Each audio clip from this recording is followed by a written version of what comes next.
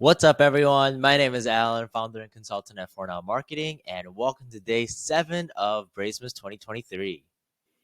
In yesterday's video, we started talking about custom events and how crucial they are in building a successful Braze instance for your marketing team.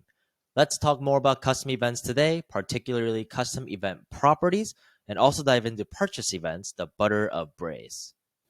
So yesterday we discussed Nike firing a custom event called Clicked Module for every single one of these rectangular modules on their website. And I'm sure many of you are wondering, how does Nike know exactly which module was clicked? They don't want just a generic clicked module data. They want specifics.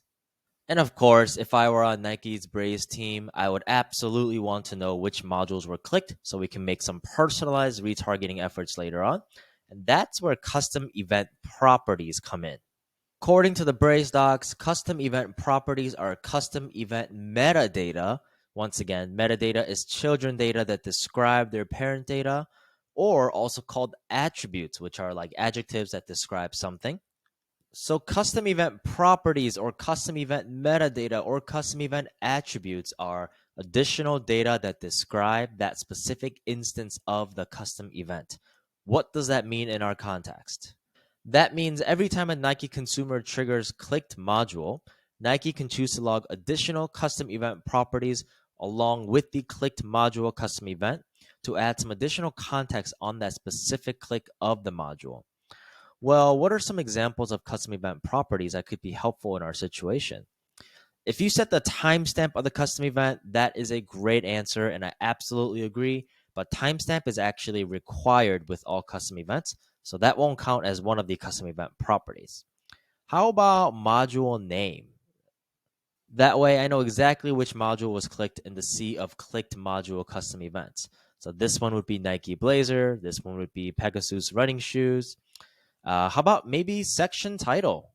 We have uh, top gifts by price featured. We have always iconics, shop by sport. Or if you scroll down a little bit more, some of these modules have button CTAs. Maybe that could be a helpful thing to log as well. So sign up, shop, celebrate. The nice thing about custom event properties is that they don't count against your contractual data limit, so you can freely log custom event properties. Custom events count towards your data points, but not how many custom event properties come with each custom event. Also, do you remember the data types that we covered for custom attributes a few days ago?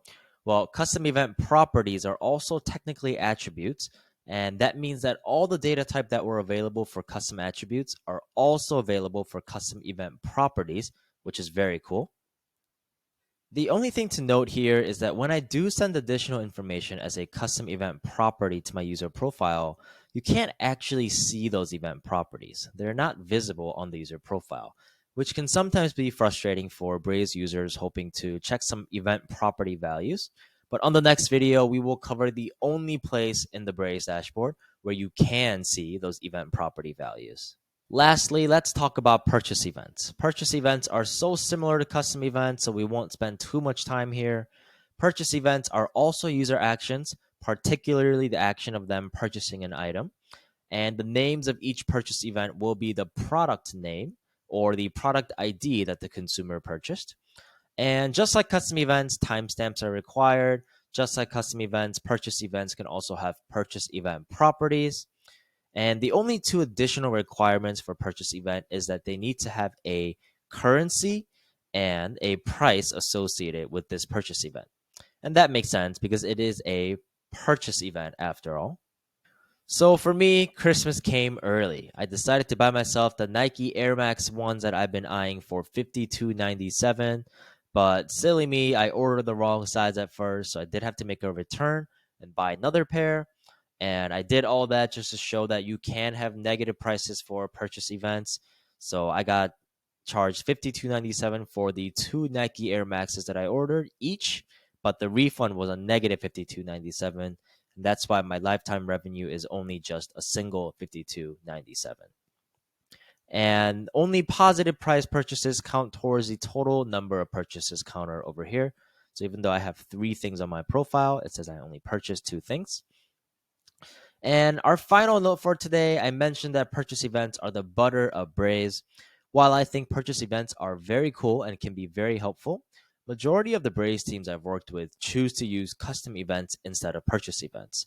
So for example, they'll log a custom event called purchase created along with custom event properties for currency, price, product ID, and all the other information that a purchase event typically requires. And that might just be a preference decision, or teams don't want to introduce another aspect of data. But I am simply sharing the behavior that I've noticed with many teams that I've worked with. If you like butter with your bread, I say why not? You just got to go buy the butter. That's it for day 7. If you have any questions, please share them in the comments. We're happy to help. If you learned something from this video, please subscribe for more future awesome Braze videos. Thank you for watching and see you next time.